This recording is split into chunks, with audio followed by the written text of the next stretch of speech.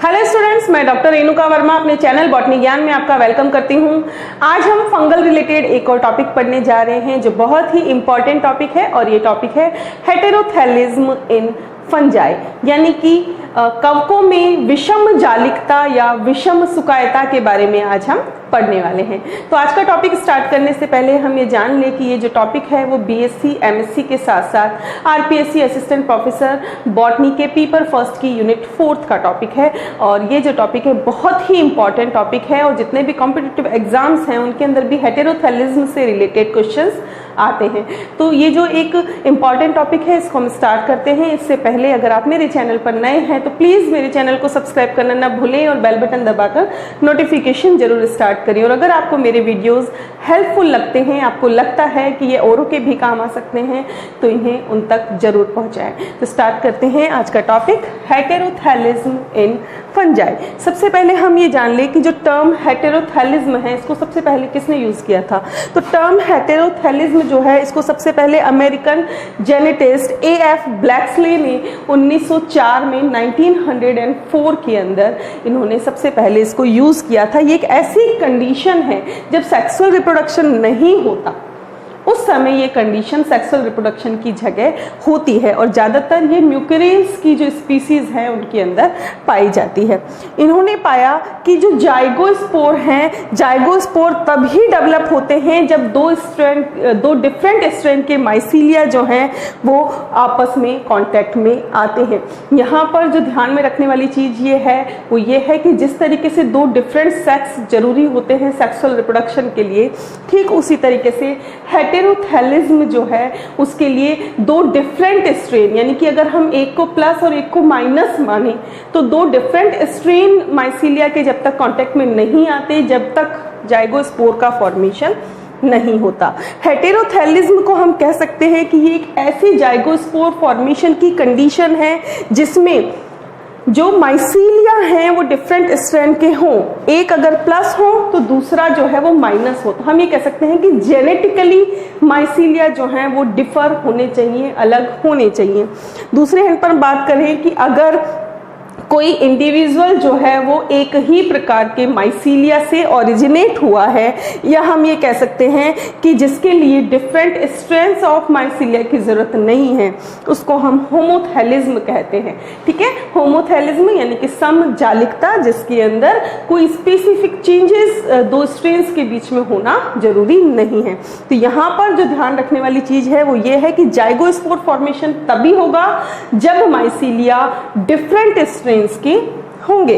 देखिए इस चित्र से हम समझ सकते हैं ये एक जाइगोस्पोर है। यहाँ पर जाइगोस्पोर का फॉर्मेशन कहाँ पर हो रहा है? जाइगोस्पोर का फॉर्मेशन यहाँ बीच में हो रहा है और वो तब हो रहा है जब दो डिफरेंट स्ट्रेन ऑफ माइसीलियम यहाँ पर है। ये एक प्लस स्ट्रेन है और ये एक माइनस स्ट्रेन है।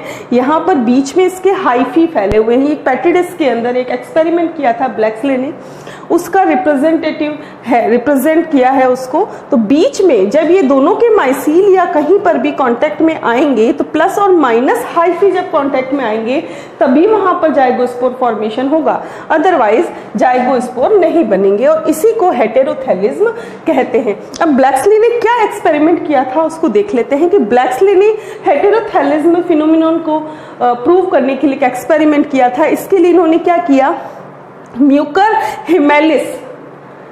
हिमेलिस जो है उसके दो डिफरेंट स्ट्रेन के स्पोर्स जो हैं उनको एक सिंथेटिक अगार मीडियम की पेट्रिडिस के अंदर इनोकुलेट किया था। यानी कि एक पेट्रिडिस ली, उसमें इन्होंने सिंथेटिक अगार मीडियम रखा और सिंथेटिक अगार मीडियम में दो डिफरेंट स्ट्रेन के स्पोर्स को इन्होंने इनोकुलेट कर दिया। ठीक है, कुछ दिनों बाद इन्होंने देखा कि वहां पर जहां पर जोन ऑफ कांटेक्ट बना है, यानी कि दोनों डिफरेंट स्ट्रेन के जो माइसीलिया जहां पर कांटेक्ट में आए हैं वहां पर जाइगोस्पोर का निर्माण या फॉर्मेशन हुआ है। दूसरा इन्होंने एक्सपेरिमेंट ये किया कि इन्होंने सिर्फ एक ही प्रकार के स्ट्रेन के स्पोर्स को पेट्रिडिस में इन्होंने वही सिंथेटिक अगार के मीडियम पे इनोकुलेट किया। तो कुछ समय बाद इन्होंने देखा कि वहां पर कोई भी जाइगोस्पोर नहीं बना है, जाइगोस्पोर का फॉर्मेशन नहीं हुआ है। क्यों? क्योंकि वहां पर डिफरेंट टाइप ऑफ स्ट्रेन नहीं थे। ठीक है, इन एक्सपेरिमेंट से इन्होंने क्या कंक्लूड किया? इन्होंने कंक्लूड किया कि जाइगोस्पोर तभी बन सकते हैं जब दो डिफरेंट स्ट्रेन्स के माइसीलिया एक दूसरे के कांटेक्ट में आते हैं। ब्लैक्सले और उनके कोवर्कर जो हैं उन्होंने 1928 में एग्जामिन किया कि म्यूकोरियंस के जो डिफरेंट जेनेरा जो हैं उनमें होमोथेलिक और हेटेरोथेलिक दोनों ही प्रकार की कंडीशंस प्रेजेंट होती हैं। ज़्यादातर जो जेनेरा हैं वो होमोथेलिक होते हैं, लेकिन कुछ जेनेरा जो हैं वो हेटेरोथेलिक होते हैं जिनमें ये हेटेरोथेलिज्म पाया जाता है। जितनी भी हेटेरोथेलिक स्पीसीज हैं म्यूकर म्यूकेडो की, उनमें जाइगोस्पोर जो हैं वो जर्मिनेशन करके क्या बनाते हैं? जर्म स्पोरेंजिया बनाते हैं।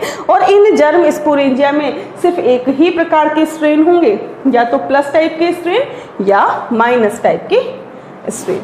इस केस में जाइगोस्पोर जो है वो सिर्फ तभी फॉर्म होगा जब माइनस स्ट्रेन की स्पोर्स जो हैं वो उस माइसीलिया के स्पोर के कांटेक्ट में आए जो प्लस स्पोर के हैं। मतलब हर एक चीज बार बार यही चीज दर्शा रही है कि दो डिफरेंट या अपोजिट कैन अट्रैक्ट, यानी कि जब वो अपोजिट होंगे तभी वो अट्रैक्ट होंगे, तभी जाइगोस्पोर का फॉर्मेशन होगा। ठीक है, तो ये फिनोमिना जब ह्यूमंस में भी लागू होता है, ये फंजाई में भी लागू होता है कि जब दो अपोजिट स्ट्रेन आपस में कांटेक्ट में आएंगे तभी जाइगोस्पोर का फॉर्मेशन होगा। लेकिन जो हेटेरोथेलिक स्पीसीज हैं फाइकोमाइसिस निटिन्स की, इसके जो स्पोर्स हैं प्लस और माइनस स्ट्रेन के, ये एक ही जर्म स्पोरेंजियम के अंदर डेवलप होते हैं। तो ब्लैक्सले ने ये कहा कि प्लस और माइनस स्ट्रेन जो हैं हेटेरोथेलिक स्पीसीज के वो डिफरेंट सेक्स की तरह हम उनको मान सकते हैं। यानी कि अगर हम प्लस स्ट्रेन को फीमेल कहें तो माइनस स्ट्रेन को हम मेल मान सकते हैं, उनको एज ए डिफरेंट सेक्स हम कंसीडर कर सकते हैं। इसीलिए इन्होंने इसको टर्म हेटेरोथेलिज्म दी थी, जिसको डायोज्म के अंदर जो हैप्लॉइड ऑर्गेनिज्म होते हैं, अगुणित जो जीव होते हैं, उनमें जो डायोज्म होता है, द्विलिंगीता पाई जाती है, उसके समान ही इन्होंने हेटेरोथेलिज्म को माना। इसके बाद हेटेरोथेलिज्म की डिस्कवरी जो है म्यूकोरियंस के अंदर ब्लैक्सले ने की थी।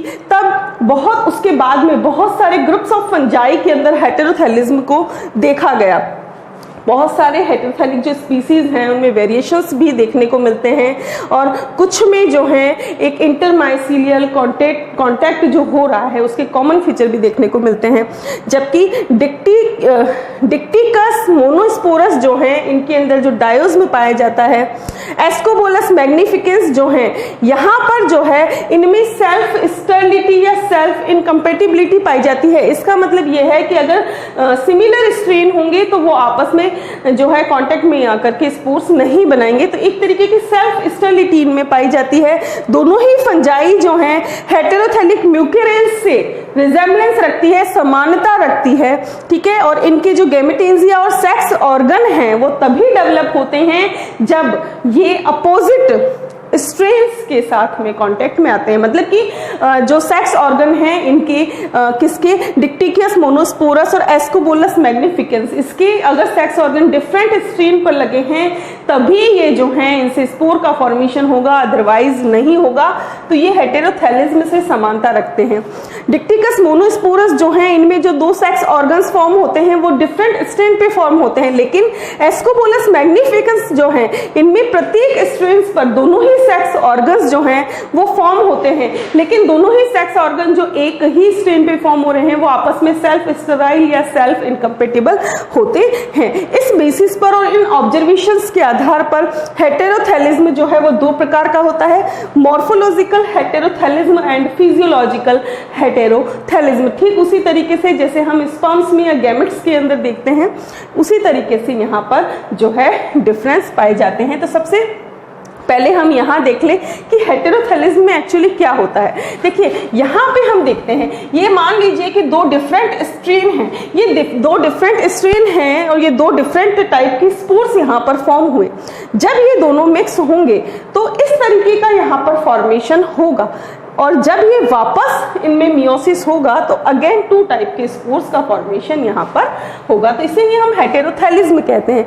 पहला जो है मॉर्फोलॉजिकल हेटेरोथैलिज्म, नाम से ही पता चल रहा है कि जब हम मॉर्फोलॉजी को देखते हुए यानी कि बाहर के कैरेक्टर्स को देखते हुए आइडेंटिफाई कर सकें कि दोनों ही स्ट्रैंड डिफरेंट टाइप के हैं तो उसे हम मॉर्फोलॉजिकल हेटेरोथैलिज्म कहेंगे। ठीक है, ये वो कंडीशन है जब मेल और फीमेल सेक्स ऑर्गन जो हैं तो आसपास के एसोसिएट माइसीलिया के ऊपर ग्रो हो रहे हैं, लेकिन जो दोनों सेक्स ऑर्गन हैं वो मॉर्फोलॉजिकली डिफरेंट हैं, यानी कि आकारिकी रूप से वो अलग हैं। उनको देख के हम आइडेंटिफाई कर सकते हैं कि ये मेल सेक्स ऑर्गन है और ये फीमेल सेक्स ऑर्गन है, तो उसे हम मॉर्फोलॉजिकल हेटेरोथैलिज्म कहेंगे। एग्जाम्पल है किस किस में ये पाया जाता है, एकाइला एम्बिसेक्सुअलिस, एकाइला बाइसेक्सुअलिस, ब्लास्टोक्लेरिडिया वेरिएबिलिस, डिक्टिकस मोनोस्पोरस, फाइटोफथोरा पल्मिवोरा और पेरेनोस्पोरा पैरासिटिका के अंदर इस टाइप की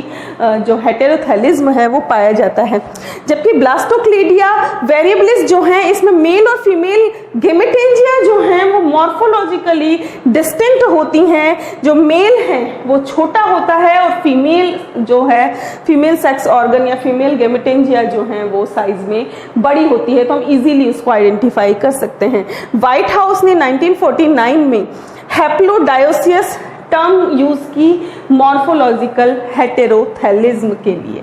ठीक है, दूसरा है फिजियोलॉजिकल हेटेरोथैलिज्म, मतलब कि स्ट्रेन्स जो हैं या सेक्स ऑर्गन्स जो हैं जिनको आप मॉर्फोलॉजिकली आइडेंटिफाई नहीं कर सकते कि कौन सा मेल है कौन सा फीमेल है, उनमें जेनेटिकली या फिजियोलॉजिकली डिफरेंसेस होते हैं जिनको हम फिजियोलॉजिकल हेटेरोथैलिज्म कहते हैं। इस प्रकार में जो इंटरैक्टिंग थैलाई हैं उनमें जो है इनकम्पेटिबिलिटी होती है और ये जो हैं इनमें सेक्स ऑर्गन्स या गैमेट्स की प्रेजेंस या एब्सेंस हो सकती है। इसका मतलब ये है कि सेक्सुअल रिप्रोडक्शन जो है वो उन दो स्ट्रेन्स के बीच में होता है जो मॉर्फोलॉजिकली तो सिमिलर होते हैं लेकिन फिजियोलॉजिकली डिफरेंट होते हैं, और इस टाइप के हेटेरोथैलिज्म को हम फिजियोलॉजिकल हेटेरोथैलिज्म कहते हैं। गैमेटेंजिया और गैमेट्स जो हैं उनको हम देख करके आइडेंटिफाई नहीं कर सकते, लेकिन उनका जो फिजियोलॉजिकल बिहेव है वो डिफरेंट होता है।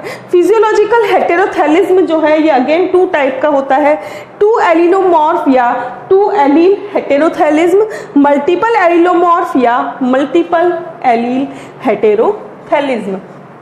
पहला है टू एलिलोमॉर्फ या टू एलील हेटेरोथैलिज्म, जब दोनों मेटिंग टाइप के जो न्यूक्लियाई हैं उनके जो जेनेटिक कैरेक्टर्स हैं वो डिफरेंट हैं, तो इसे हम टू एलील हेटेरोथैलिज्म कहेंगे। इस टाइप में जो कंपेटिबिलिटी है वो एक पेयर ऑफ एलील्स पे डिपेंड करती है, जैसे कि कैपिटल ए और स्मॉल ए। मेंडल के नियम्स आपको ध्यान होंगे, मेंडल के रूल्स क्या कहते थे, मेंडल के रूल्स कहते थे कि हर एक लक्षण जो है एक प्रभावी और अप्रभावी लक्षण होता है, दो एलील पे डिपेंड करता है, जिसमें कैपिटल को हम प्रभावी और स्मॉल को हम अप्रभावी लक्षण से दर्शाते हैं, जो एक ही एलील के दो रूप होते हैं। ठीक उसी तरीके से यहाँ पर भी एक ही क्रोमोसोम के एक ही लोकल्स पर जब दो डिफरेंट एलील प्रेजेंट होती हैं और उन दोनों डिफरेंट एलील्स के बीच की वजह से हेटेरोथैलिज्म होता है, तो उसको हम टू एलील हेटेरोथैलिज्म कहते हैं। इस यहाँ पर सेम वही चीज है कि कैपिटल ए जो है वो स्मॉल ए के ऊपर डोमिनेंट होगा, इसलिए कैपिटल ए को हम प्लस से और स्मॉल ए को हम माइनस से शो करते हैं।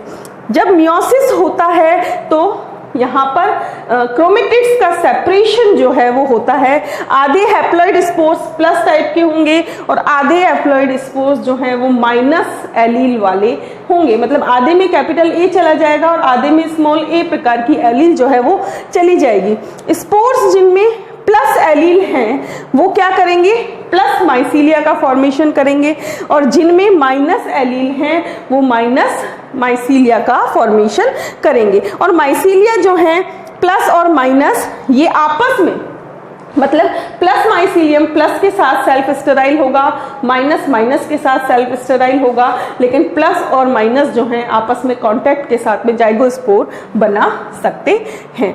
इसलिए यहाँ पर दो कॉम्प्लीमेंट्री मेटिंग टाइप जो है प्लस और माइनस, वो यहाँ पर सेक्सुअल रिप्रोडक्शन या हेटेरोथैलिज्म के लिए जरूरी है। 2 एलील हेटेरोथैलिज्म जो है वो बहुत सारे फंजाइज में रिपोर्ट किया गया है, जैसे एस्कोबोलस मैग्निफिकेंस, पक्सीनिया ग्रेमिनिस, न्यूरोस्पोरा, सिटोफिला, म्यूकर म्यूकेडो, अस्टिलगो कोलेरी, इनके अंदर जो है 2 एलील हेटेरोथैलिज्म देखा गया है।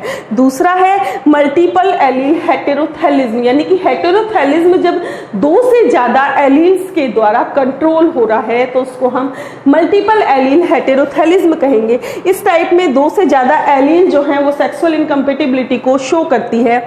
ये एक ही लोकस के ऊपर प्रेजेंट हो सकती है या 2 अलग अलग लोकाई पे प्रेजेंट हो सकती है। जब एक ही लोकस पर होती है तो उसे हम बाइपोलर हेटेरोथैलिज्म कहेंगे, और जब अलग अलग 2 लोकाई पर ये जो एलील्स हैं वो प्रेजेंट होंगी तो उनको हम टेट्रापोलर लोकाई कहेंगे।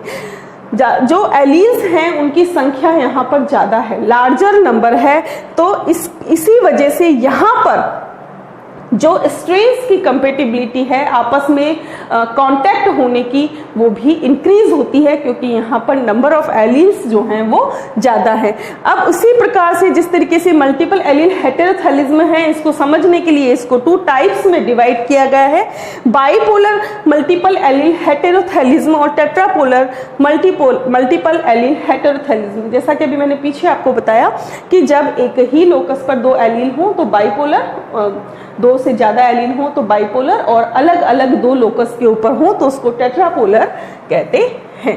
पहला है बाइपोलर मल्टीपल एलील हेटेरोथैलिज्म। इसमें जो है यहाँ पर जो एलील हेटेरोथैलिज्म को कंट्रोल कर रही हैं मल्टीपल एलील, वो एक सिंगल लोकस के ऊपर प्रेजेंट होती हैं। यहाँ पर पेयर नहीं होते, नाम दे देते हैं। जैसे मान लीजिए, जैसे पिछले वाले में हमने देखा था कैपिटल ए स्मॉल है, यहाँ पर मान लीजिए कि एक लोकस का नाम है एल, ठीक है, तो उसके ऊपर जो मल्टीपल एलील्स प्रेजेंट होंगी उनको नाम दे देंगे L1, L2, L3, L4, L5, जितनी भी एलील्स प्रेजेंट है तो एल के आगे जो है नंबर लगा करके हम उसको नाम दे देंगे, ठीक है, क्योंकि ये सिर्फ सिंगल लोकस एल के ऊपर प्रेजेंट है। यहाँ पर जो मियोटिक डिवीजन होता है उससे बहुत सारे मेटिंग टाइप बनते हैं जो कि नंबर ऑफ एलील्स के ऊपर डिपेंड करता है। जो थैलस जिसमें L1 है वो कभी भी L1 के साथ में मिल नहीं सकता,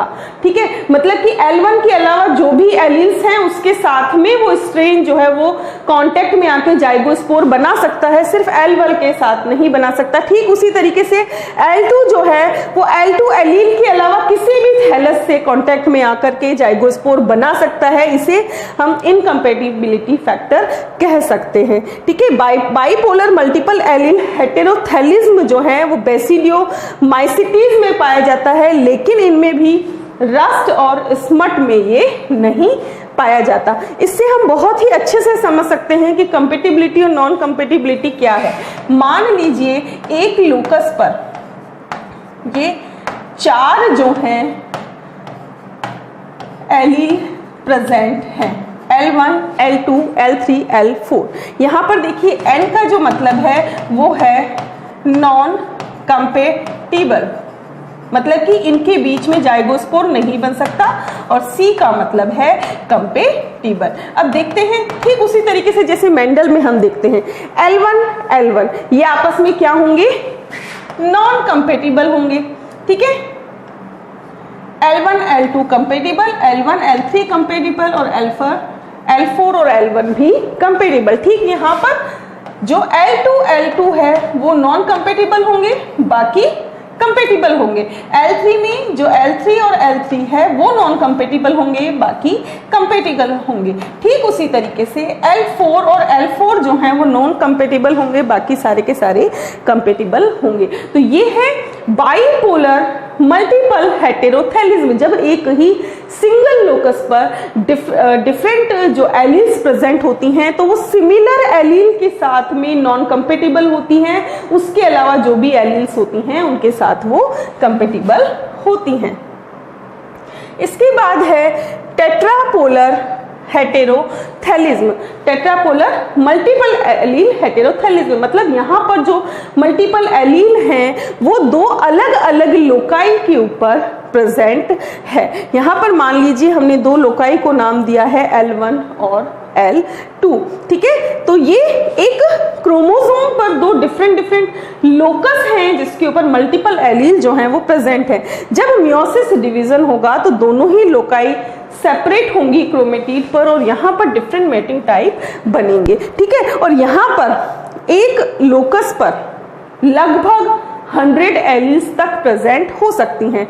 साइजोफिलम कम्युनी जो है इसके अंदर 122 एलील्स एक लोकस पर देखी गई हैं और जिसमें से फैक्टर A 61 और B जो है उन्हें जो है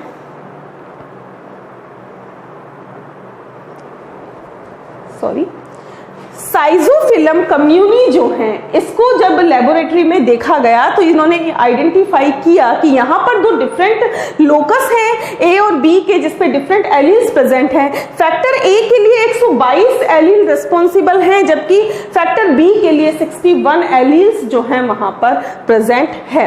रफ एस्टिमेट जब लगाया गया नंबर ऑफ एलील्स का कि कितनी एलील्स वहां पर प्रेजेंट हो सकती है तो ये पाया गया कि L1 के ऊपर लगभग 350 से 450 350 to 450 एलील्स और L2 के ऊपर लगभग 65 एलील्स प्रेजेंट हो सकती हैं। इनमें से जब मेटिंग टाइप बनाए जाते हैं तो यहाँ पर L1 और L2 जो हैं आपस में कंपेटिबल होते हैं, लेकिन दोनों ही जब सिमिलर होते हैं तो कंपेटिबल नहीं होते। एलील कंपोजिशन की बात करें, अगर हमने दो मेटिंग टाइप लिए हैं जिसमें एक है A1 B1 तो वो जो है A1 B1 के साथ में कंपेटिबल नहीं होगा। इसके अलावा जो भी कॉम्बिनेशन होगा उसके साथ वो कंपेटिबल होगा।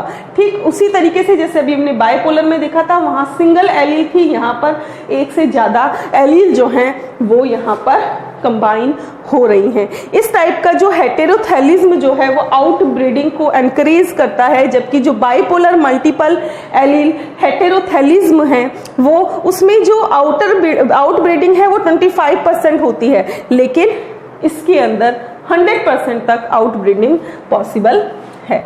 इससे क्या होता है, पॉसिबल मेटिंग टाइप जो है उनका नंबर थैलाई के अंदर बढ़ता है क्योंकि नंबर ऑफ एलील्स यहाँ पर ज्यादा है। गैरेट 1963 के अनुसार हेटेरोथैलिज्म जो है वो आउटब्रीडिंग को प्रमोट करता है, इसीलिए ये सेक्सुअल प्रोसेस के समान ही होता है, सिमिलर होता है और ये बहुत ही एफिशिएंट है। हेटेरोथैलिज्म जो है वो सेक्स के समान नहीं होता लेकिन ये उसके जैसा ही होता है।